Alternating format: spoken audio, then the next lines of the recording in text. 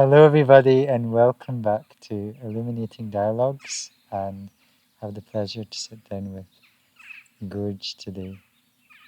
How are you, brother? I'm very well, feeling very blessed today. It's a beautiful day, the sun is shining. Yeah, You just had an amazing experience in the Kirtan as well. yeah. So the sun is shining.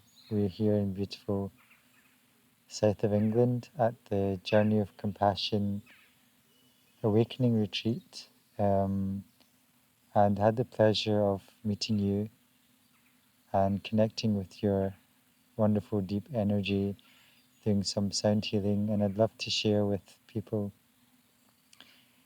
your frequency, the work you're doing, the sound healing you take people on, and kind of the deeper wisdom you share, because you have such a unique energy. You have such a unique way of helping people connect deeper, and I'd love to also share that with people as well. So I guess my first question to you is, what lights you up? God lights me up. Connection with God, remembering God, mantra, Kirtan, any form of remembrance. Remembering God is always within me and always around me. God is within the sound of the birds that we can hear right now. God is that ray of sunshine that is warming my face. That's what lights me Well, that's profound. up. I guess a question would be like, how do you use your modalities, or what is your modalities to help people heal and connect deeper? So I feel like different people resonate with specific practices more than other practices, or at specific times in their lives they might need certain practices more. So I have practiced and got my certifications in a range of different modalities such as breathwork, pranayama, Reiki, energy healing, sound healing, guided meditation. And it means then that what in a large scale of things, what someone could possibly need in that moment to feel in some way better, to feel in somewhat more connected to themselves, in some way feel more connected to God. Mm. That range of skills is there to facilitate that. And I can just access the tool which is the right tool in that moment, or a selection of multiple tools. Yeah, and yeah, through that sound experience, it was like we were coming in and out of different states of consciousness almost. And actually, just seeing you, looking into your eye, like, and looking into like other people's eyes, you can feel that it's almost like a lighting up in the heart, that connection. Like we were speaking about, it's like a connection beyond just a human being, but it's like soul to soul, and it's very hard to describe. So, how did you start to, in your own journey, how did you start to connect deeper, past the layers of your personality? How did that journey start to begin for you? I think for a lot of people, we go through life, we see things, or we're taught things, or we see our elders or parents, or we see older relatives, or we see friends in school, whatever it is, or TV, or music, right? We see these things, we keep hearing these things, and we think this is what life is. We build this illusionary perception of this is what life is, this is what life looks like, this is what I am now, and this is what I will be in the future. And this is a standard cycle of a timeline of a human life, and that's all that there is. For me, my awakening was realizing I am none of those things. For me, my awakening was forgetting everything, like I was being reborn, and just working out who I am. Why am I here? Why do I exist? Why is my soul here in this body right now? What do I enjoy? What do I not enjoy? What lights me up? Like the question you asked. And it felt like to me, God had said, and I feel like I could hear this. That God was saying to me, it's time for you to be you. It's time for the world to see who you are. The world doesn't know who you are yet. And for me, that just meant shedding that mask, that layer of that false illusionary perception, and instead realizing who I am. And that was just stillness. It was just finding immense joy in peace, in just looking at the grass, or listening to the birds, or the sound of the trees in the wind, realizing God is present in all of that. And that brought me so much joy and freedom and liberation. And how do you relate with, because I suppose the religion that you're born into is Sikhi, right? So that spiritual path, how do you integrate your own experience of awakening and seeing God in all of these things, and then your own perception of that path, maybe how you were brought up with it, and then how you see it now? How were you able to interact with it?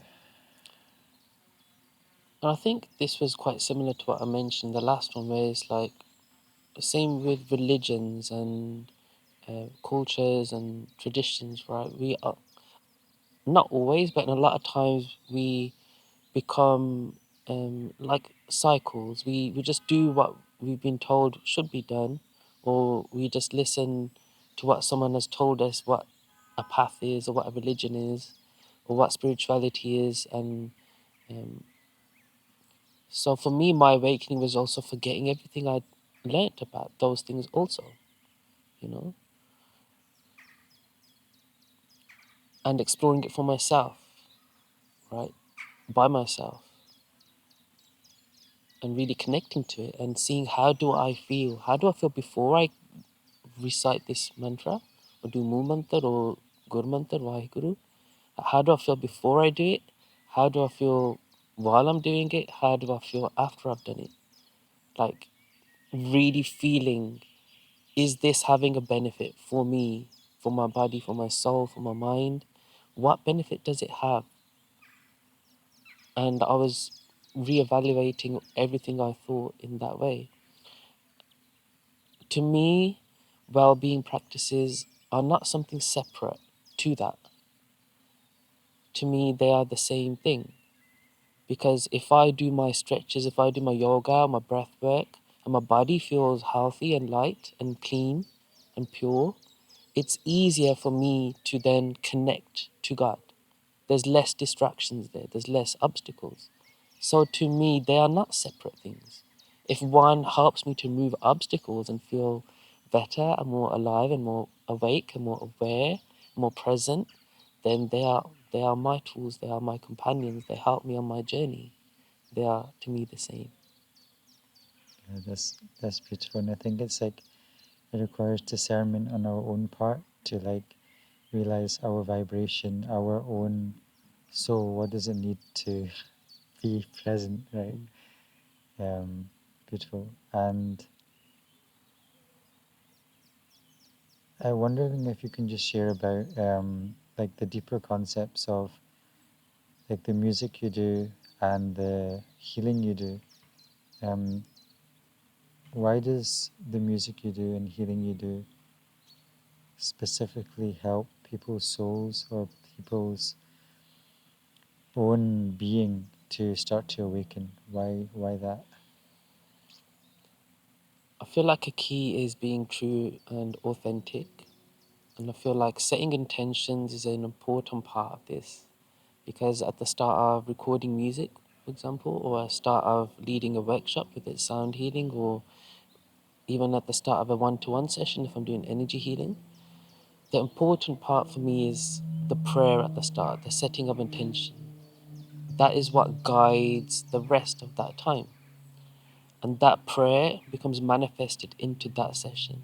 So whether it's a studio session, wherever it is, a workshop, that prayer becomes embodied into that space. I have faith that prayers are heard. God is ever present. God is abundantly compassionate and eternally forgiving and kind. So I have faith that a prayer is heard. So I know that that space contains that energy now for that prayer. And that prayer manifests and expands and blossoms and it heals and it helps people to be themselves. And that is an important part for me because I don't, as a facilitator, I don't want people to think that I am special because I've learned these things. I want everyone to realize that the divine is also within them, that they are also healers within themselves, that the medicine that they seek is within them as well, that they can also connect to God at any time, that God is within them always, and they can enjoy this bliss and joy also. That is a big core part of my practice, to allow people to feel the presence of their soul, go beyond their body, go beyond any pain or suffering, and really feel the bliss of their own soul, understand why they have been born into this lifetime, in this age, and to really experience the joys and wonders of life. Life is expansive and beautiful. We should be feeling free and liberated and enjoying this time. Amazing. Thank you for sharing your frequency, your message, your presence. Is there any last things you'd like to share about the work you do, or maybe for people in the day and age that we're in now? I think the key thing I've been saying this year is just be yourself. Yeah. There's so much light within everyone, right? There's so much abundance of joy and light within the soul, that the key thing for someone in the spiritual journey is to forget everyone's perception of who they are. Forget what anyone thinks about you, forget any conflict, forget the challenges. You just got to be yourself in that stillness of being your true self, liberated from any labels that a person may have placed on themselves or the world may have placed on them, and just being free and working out who you are. And then from that grounded space, from that secure space of understanding who the self is, what are the personalities and characteristics of the soul, why am I here? From that grounded space, then navigating the world, then navigating spirituality, then working out which practices are nourishing your path, and following that joy and bliss. Remembering practices should be enjoyed and they should feel good. We should feel good in any spiritual practice, prayer, meditation, mantra, kirtan, all the practices, yoga, whatever it is that anyone enjoys in spirituality. We should enjoy it. We should smile. We should be happy. We should be grateful. We should feel the benefits. It's healing beyond imagination. Well, thank you for sharing. And yeah, where can people find you? Where can people reach out to you and learn about more about what you do, and if they have any questions as well? So people can find me on Instagram, which is Gurj Seek Within, or Seek Within 121, and my website is seekwithin.co.uk. I've also got a YouTube channel and Spotify where I've got a wide range of conscious music, spiritual music, mantra music, also guided meditations, breathwork journeys, and there's so much more coming in the next year or so. There's so many projects in the pipeline. So yeah, there's an abundance of things to help people on their spiritual journey, and they're all practices that have helped me. So I'm not just like selecting random things. They're things that really have helped me evolve and helped me to become who I am. So yeah, they're all potent. They've all been designed with very powerful intention to really help people to make the most of the time. So every single guided meditation, every single music project has been very carefully thought out. And it's been thought out with love and in pure intention, pure prayer, to make it potent and efficient, but also gentle on the body, gentle on the mind, and kind and compassionate. So yeah, all the projects are there for people to enjoy, and there's a wide range there for anything anyone could possibly hopefully need to feel better. Awesome. Thank you, brother. And yeah, it's such a pleasure to connect with you and see your depth in person. And yeah, thank you everybody for taking the time to listen as well.